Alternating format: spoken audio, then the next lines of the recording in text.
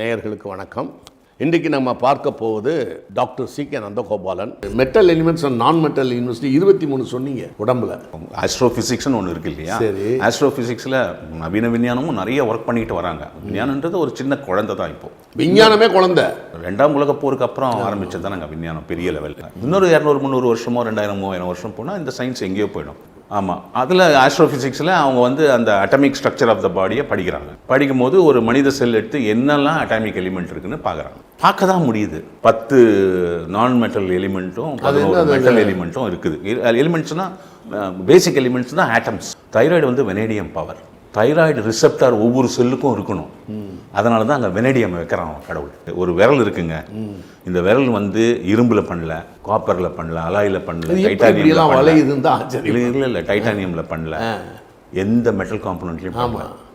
ரத்தமும் சதையும் எலும்பும் எத்தனை டன்னு ஒன்று தெரியுமா? இந்த விரலை பிச்சு எடுக்கிறதுக்கு 1000 டன்னுக்கு மேலே போவாங்க. அப்போ தான் இங்கேருந்து பிச்சுக்கு அந்த மாதிரி ஒன்று பண்ண முடியுமா உன்னால்? எந்த மெட்டலும் இல்லாமல், எலிமெண்ட்ஸ் எல்லாம் இருக்கு. புரிஞ்சுக்கினீங்களா? அதுதான் அந்த இயற்கை, அதுதான் அந்த இறை. அதை நீங்கள் கடவுள்னு சொல்லலாம், இறைவன்னு சொல்லலாம், இயற்கைன்னு சொல்லலாம். இந்த இரிடியம்ங்கிறாங்களே, அதில் தான் இந்த மாலிப்டினம்லாம் இருக்குங்கிறாங்களே.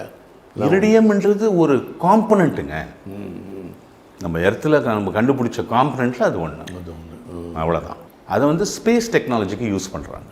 நம்ம மனித வாழ்க்கைக்கு அது பயன்படாது. இரிடியத்துக்கும் உனக்கும் என்ன சம்மந்தம்? இது உள்ளுக்குள்ளே இருக்கிற அயனையே புரிஞ்சிக்க முடியல. இன்னும் நீங்கள் இரிடியத்துக்கு போயிட்டீங்க. புரியுதுங்களா? புரியுது. இந்த வாழை இலையில் சாப்பிட சொல்கிறீங்களே, அது என்னது? அது வாழை இலை வந்து உங்களுக்கு ஒரு மெட்டலில் சாப்பிட்றதுனாலையோ அதிலெல்லாம் வந்து நம்மளுக்கு நிறைய பாதிப்புகள் இருக்குது. அந்த காலத்தில் வாழை இலையை செலக்ட் பண்ணி சாப்பிட்ருக்காங்க. ஏன்னா அதில் உங்களுக்கு நல்ல அயன் இருக்குது, போரான் இருக்குது, உங்களுக்கு நுண்கிருமிகள், உயிர்கொல்லி இருக்குது, அதில் பென்சைல் ஆல்கஹால் மாதிரி காம்பனன்ட்ஸ் இருக்குது. There are highly antimicrobial. உங்களுக்கு அந்த பச்சையம் இருக்குது பாருங்கள். வாழையிலேயே சாப்பிட்டு வந்தீங்கன்னா முடி நிறைக்காது. அவ்வளோ நியூட்ரியன்ட் இருக்குது அதில். ஆனால் சூடாக போட்டு சாப்பிட்ணும். சரி. ஆறுன பொருள் போட்டு சாப்பிட்டீங்கன்னா வாழையில தேவையில்லை. கொதிக்கணும் அந்த சாதம். அது கொண்டு அது போட்ட உடனே பார்த்தீங்கன்னா அந்த சூடாக சாதம் விழுந்த இடம் பூரா மஞ்சள் ஆகிடும். அந்த பச்சையத்தை பூரா அது உறிஞ்சிக்கிச்சு. சாப்பாடு சுவை கூடிடும் உங்களுக்கு. One time use and thrown. நீங்கள் திருப்பி கழுவி யூஸ் பண்ண போகல. நீங்கள் கழுவும் போது சரியாக கழுவாம விட்டிங்கன்னா அது ஃபுட் பாய்சன் ஆகிடும். பிறந்ததிலிருந்து 18 வயது வரை தான் வளர்ச்சி அடைகிறீர்கள். 19 வயசு முடிக்கும் வச்சுங்க. அந்த காலகட்டத்தில் நீங்கள் எதை உட்கொண்டு வளர்ந்தீர்களோ அதுதான் உங்களுடைய உணவு. இப்போ 101 சொன்னீங்களே, சொல்லவே இல்லை. 101 உங்களுக்கு அந்த அந்த அந்த எவல்யூஷன், நம்மளுடைய உலகத்தினுடைய எவல்யூஷனே வந்து அந்த கந்தக குழம்பை பேஸ் பண்ணி தான் இருக்குது. சரி. அது வெளியில் வரும். அது அப்பப்போ வெளியில் வரும். இப்போ ஒரு எரிமலை வெடிச்சு செதறதுன்னு வச்சுங்க, எத்தனையோ கிலோமீட்டருக்கு மேலே அந்த ஆஷ் போய் அதை வந்து அப்படியே படியும். அந்த நேரத்தில் அங்கே இருக்கிற வெஜிடேஷன்லாம் இருக்குது பாருங்கள். காய்கறி பயிர் செஞ்சு வச்சுருப்பாங்க, நெல்லோ கோதுமை, அதெல்லாம் அப்படியே விட்டுட்டு வந்துடுவாங்க. ஏன்னா அது சல்ஃபர், கந்தக குழம்பு. அந்த சாம்பலில் வந்து அவ்வளோ கந்தக விஷத்தன்மை இருக்கும். அபேண்டன் பண்ணிட்டு போயிடுவாங்க. அதெல்லாம் எடுத்து சாப்பிட முடியாது இனிமேல். அங்கே கிட்டேயும் போக மாட்டாங்க கொஞ்சம் வருஷத்துக்கு. இப்போ என்ன ஆகுது, அங்கே மழை வெயில் மாறி வருஷம் ஆச்சுன்னு இருக்குது இல்லையா? கொஞ்சம் காலகட்டத்துக்கு பிறகு அந்த பூமி வந்து அவ்வளோ ஃபெர்டைல் லேண்ட் ஆகிடும். 10 கிலோ விளையிற இடத்துல 30 கிலோ விளையும். அதில் அந்த மாதிரி சமயத்தில் வந்தது தான் மூலிகைகள்ங்கிறாங்க எல்லாருமே. அதெல்லாம் மூலிகைகள்லாம் வந்து அந்த எதுவுமே வந்து இயற்கையால் தோற்றுவிக்கப்பட்டதெல்லாம் அழியாது. அதெல்லாம் இருக்கும். அதோட மெமரிலாம் அங்கே இருக்கும். அதெல்லாம் வந்துடும். இப்போ இந்த கந்தக குழம்பு இருக்குது பாருங்கள், சல்ஃபர், அதிலிருந்து பிறந்தது தான் 101 பொருட்கள். 101 பொருள். ஆர்சனிக் சல்ஃபேட், இது காப்பர் சல்ஃபேட் வந்துனே இருக்கும். உங்களுக்கு ஜிங்க் சல்ஃபேட், லெட் சல்ஃபேட் போயிட்டே இருக்கும். அது 101 பொருட்கள். அந்த பொருட்கள்லேருந்து எடுத்து செய்கிறது தான் மருத்துவம் தமிழ் பாரம்பரியத்தில். அப்புறம் அந்த ஔவையார் நெல்லிக்கனினார். அதிகமான நெல்லிக்காய் எப்படி கனி ஆகும்? நெல்லிக்கனிக்கு அது வந்து ஒரு மிகப்பெரிய தொழில்நுட்பம். அது அவங்களுடைய ஃபார்முலா. அது சரி, நெல்லிக்காயாக தான் இருக்கும். ஆமாம். அப்புறம் சிறுத்து கருத்து போயிடும். அதை கனியாக்கணும். அதுதான் அந்த ஃபார்முலா. அதில் போட்டிங்கன்னா நெல்லி கனி ஆகிடும். சரி. அதை சாப்பிட்டீங்கன்னா அந்த பழத்தை உனக்கு ஞானம் திறந்துடும். ஞானம்ன்றது என்னென்னா, கார்டெக்ஸ் இங்கேருந்து இது வரைக்கும் வேலை செய்யலை. செரிபிரல் கார்டெக்ஸ்னு இருக்கு. அது இங்கேருந்து இங்கே பாதி மண்டையிலேருந்து இது நெற்றி வரைக்கும் வேலை செய்யலாம். இதுதானே நீங்கள் நெற்றி கண்ணுன்னு சொல்கிறீங்க. ஆமாம். அது ஓப்பன் ஆகிடும். அதை ஓப்பன் பண்ணக்கூடிய அந்த ரசாயனம் வந்து அந்த நெல்லிகை கனியாக்கினால் கிடைக்கும். முக்கணிக்கு ஏன் நெல்லிக்காயை கொண்டே வரல? பலா, வாழை.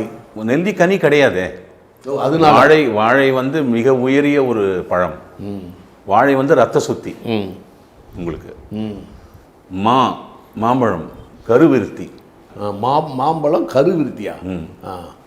இப்போ ஒரு பெண்மணிக்கு ஒரு குழந்தை பிறக்கல, அவளுக்கு யூட்ரஸ் ப்ராப்ளம்லாம் இருக்குன்னு வச்சுங்க, இந்த அவள் படுக்கையில் மா இலை போடணும், ஃபுல்லாக போட்டு அது மேலே படுக்க வைக்கணும். டெய்லி புதுசாக போட்டு படிச்சு வைக்கிறதே வந்தீங்கன்னா ஒரு 10-11 நாள் அவங்களுக்கு யூட்ரஸ் ஸ்ட்ரென்த்தன் ஆகிடும். ஏன் வந்து அந்த மாங்காயை சாப்பிட்றாங்க? ஆமாம், பொம்மைக்கு மாங்காய் சாப்பிடுவாங்க. அது என்ன, அந்த ஃபீட்டஸ், அந்த கருவின் உறுப்பு வளர்ச்சி அவ்வளோ நல்லாயிருக்கும். அது அவங்களே விரும்புகிறாங்களா இல்லை? ஆமாம், அது உங்களை அந்த புளிப்பாக சாப்பிட சொல்லும். ஆடாடா, கேட்டு வாங்கிக்குது. பலா, வாழை இயற்கை தானே இது. ஆமாம், கேட்டு வாங்கிக்குது. அது தேடுது. பலாப்பழம் வந்து நமக்குள்ளே இருக்கிற மிகப்பெரிய ஒரு ரசாயனம் வந்து போன் மேரோ, எலும்பு மஜ்ஜைக்கு ஒரே ஒரு உணவு தான் இருக்குது இந்த உலகத்தில். என்னது? பலாப்பழம். என்னங்க? டைரெக்டாக போய் ஹெல்ப் பண்ணும். அதுக்கு மஜ்ஜைக்கு உண்டான நியூட்ரியன்ட் பலாப்பழத்தில் மட்டும்தான் இருக்குது. அதனால தான் அவன் பலாவை எடுக்கிறான். அந்த சீசனில் நீங்கள் சாப்பிட்டுக்கணும். நீங்கள் டெய்லி சாப்பிட்டு வர வேண்டிய அவசியம்லாம் கிடையாது. அந்த சீசன் வரும்போது கொஞ்சம் சாப்பிட்டீங்கன்னா. புகைத்தல் வந்து மனித குலம் இருந்த காலத்துலேருந்து அந்த காலத்துலேருந்தே இருக்குங்க. ஒருத்தர் அதுக்கு நம்ம அடிமையாயிடும். அவ்வளோ பெரிய வின்சென்ட் சர்ச்சில் இருந்தார், சுருட்டு பிடிச்சினே தான் இருப்பார். இந்த மாதிரி எது ஒன்றுமே அளவுக்கு மிஞ்சினா அமிர்தமும் விஷம் தானே. இது ஒன்று. மது வந்து உங்களுக்கு ரத்தத்தோடு போய் கலக்குது இல்லையா? ஆமாம். அதை பிரித்து எடுக்கக்கூடிய வல்லமை வந்து லிவருக்கு மட்டும்தான், கல்லீரலுக்கு மட்டும்தான். சரி. பியர் அந்த மாதிரிலாம் சாப்பிட்டிங்கன்னா 4 to 6% ஆல்கஹால் இருக்கும். ஒரு 3-4 மணி நேரத்தில் பிரிச்சிடும். விஸ்கி, இந்த பிராண்டி, ஓட்கா, ஜின் இதெல்லாம் எடுத்திங்கன்னா 12 மணி நேரம் ஆகும் அதுக்கு பிரிக்கிறதுக்கு. ரம்மு மட்டும் 8 ஹவரில் பிரிச்சிடும். விஸ்கிக்கு மட்டும் 17 மணி நேரம் எடுத்துக்கும். அது தூய்மைப்படுத்தணும், அது ரத்தத்தை தூய்மைப்படுத்தாமல் ஓயாது லிவர். அதுக்கப்புறம் அதை மாற்றி உங்களுக்கு டிஸ்போஸ் பண்ணணும். அது பெரிய வேலை அதுக்கு. அதுக்குள்ளே திருப்பி நீங்கள் இன்றைக்கி நேற்று குடிச்சது இன்றைக்கி கிளியர் ஆகிறதுக்கு முன்னாடி குடிக்க ஆரம்பிச்சிடுறீங்களா? 24 மணி நேரத்துக்கு நீங்கள் ஒரு வாட்டி டெய்லி சாயந்தரம் மட்டுமே குடிக்கிறேன்னு வச்சுக்க, ஒரு 7 மணிக்கு மேலே உங்களுக்கு என்ன ஆகும்? உங்களுக்கு லிவரில் ஆல்கஹால் சோக்காயினே இருக்கும். அது வந்து உங்கள் லிவருடைய ஃபங்க்ஷனை கொஞ்சம் கொஞ்சமாக பாதிக்க ஆரம்பிக்கும். ஃபஸ்ட்டு உங்களுக்கு பசியின்மை வந்துடும். நிறைய குடிக்கிறவங்க பார்த்தீங்கன்னா சாப்பிட மாட்டாங்க.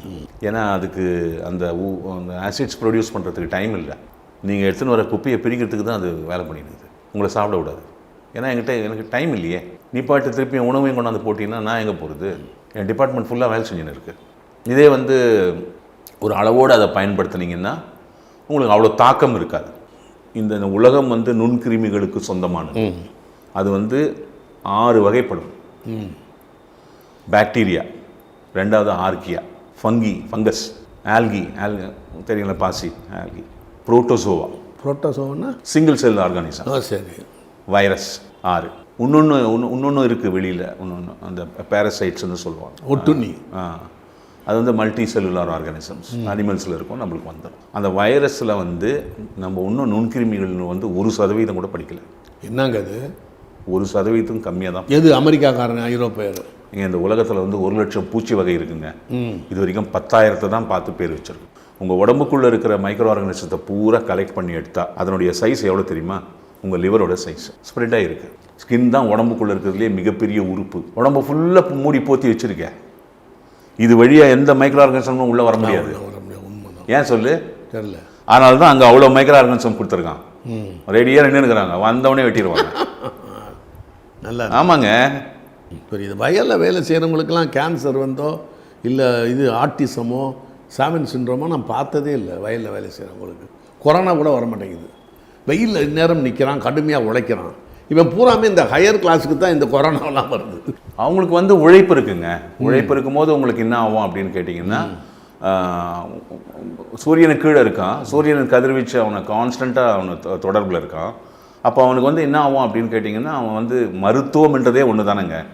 ரத்தத்தை தூய்மை செய்வது தான் மருத்துவம். இந்த ஆங்கில மருத்துவமும் தமிழ் மருத்துவத்தையும் எப்படி பேரலாக இவ்வளோ அழகாக தெரிஞ்சு வச்சுருக்கீங்க?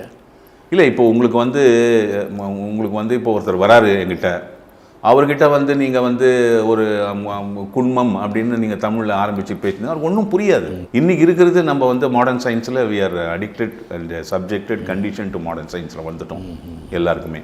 ஸோ அவங்களுக்கு அந்த பாஷையில் சொன்னால் தானே புரியும். நம்ம படிக்கிற இதெல்லாம் பேசிக் சயின்ஸ் எல்லாம் வேறு தானே. எதுவுமே நம்ம பெருசாக ஒன்றும் படிக்கிறது இல்லையாங்க. உங்களுக்கு இந்த இந்த இந்த மாதிரி ரொம்ப காம்ப்ளிகேட்டடாக இன்ட்ரிகஸியாக உள்ளே போய் அந்த பழைய காலத்து பண்டைய நாகரிகத்தில் அவங்க கையாண்டு போன மருத்துவம், அந்த விஞ்ஞானம், இது மருத்துவம் மட்டும் வராதுங்க. அதில் மருத்துவம், உணவுத்துறை வரும், வாட்டர் மேனேஜ்மெண்ட் வரும், அக்ரிகல்ச்சர் வரும், ஃபுட் அண்ட் நியூட்ரிஷன் வரும்.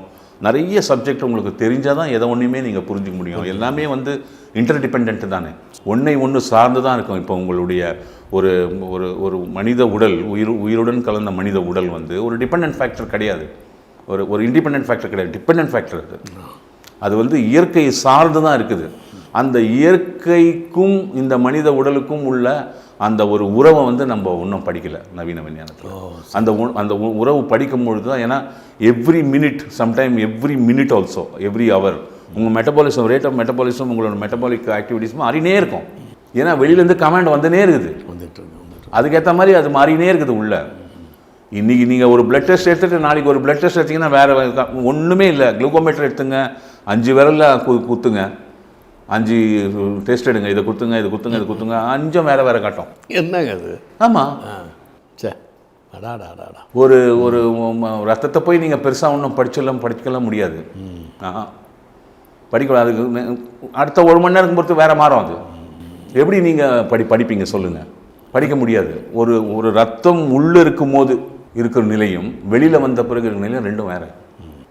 இந்த சயின்ஸ் எங்கேயுமே கிடையாதுங்க, நம்ம மருத்துவத்தில் மட்டும்தான் இருக்குது. அதனால தான் அந்த மருந்து பொருட்களுக்கு அவ்வளோ ஆயில் கொடுக்குறாங்க.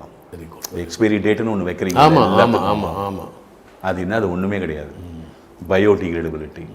சரி சரி. இயற்கையால் உருவாக்கப்பட்ட பொருளை இயற்கை, ஏதாவது every material tends to go back to its memory. வெளிநாட்டு மக்களுக்கு, தமிழர்கள், இந்தியர்கள், அவர்களெல்லாம் இது ரொம்ப பயனுள்ளதாக இருக்கும். மறுபடியும் உங்களை வந்து சந்தித்து நிறைய விஷயங்களை எடுத்துக்கிறோம்.